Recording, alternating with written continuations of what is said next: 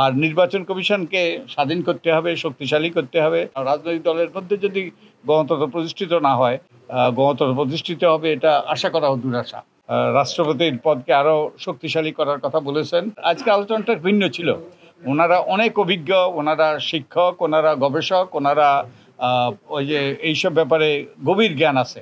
তাই ওনাদের কাছ থেকে আমরা সত্যিকার অর্থে একটা ওই যে ডায়ালগ করেছি, আমরা ওই যে খোলামেলা কথাবার্তা বলেছি, একে অপরকে প্রশ্ন করেছি, আমরা বোঝার চেষ্টা করেছি, জানার চেষ্টা করেছি।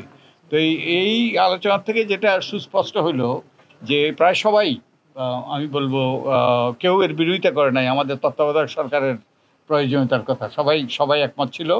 আর নির্বাচন কমিশনকে স্বাধীন করতে হবে, শক্তিশালী করতে হবে, বিশেষত আর্থিক স্বাধীনতা দিতে হবে এবং নির্বাচন কমিশনকে ওই যে সরকারের অধীনে একটা সরকার হইতে হবে, তাদের এমনভাবে তারা শক্তিশালী হবে, স্বাধীন হবে।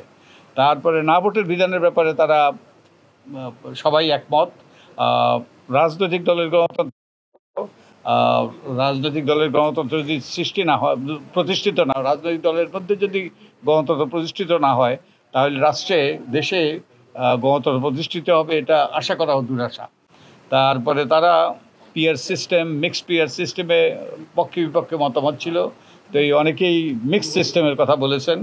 তারপরে রাষ্ট্রপতির নির্বাচনের ব্যাপারে অনেক আলাপ আলোচনা হয়েছে। সরাসরি নির্বাচনের কথা অনেকে বলেছেন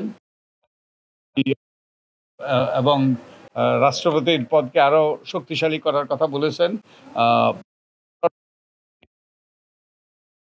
এলাকা থাকতে হবে। আমরা যে ঘূর্ণায়মান পদ্ধতির কথা বলেছি সেই ধরনের একটা পদ্ধতি হইতে পারে, অন্য পদ্ধতি হইতে পারে, কিন্তু নারীর জন্য সরাসরি আসন থাকতে হবে এবং প্রত্যক্ষ নির্বাচন হতে হবে, পরোক্ষ নয়। তারপরে নির্বাচন কমিশনে আইন পরিবর্তন করতে হবে। তো এই রকম খোলামেলা অনেক আলোচনা হয়েছে।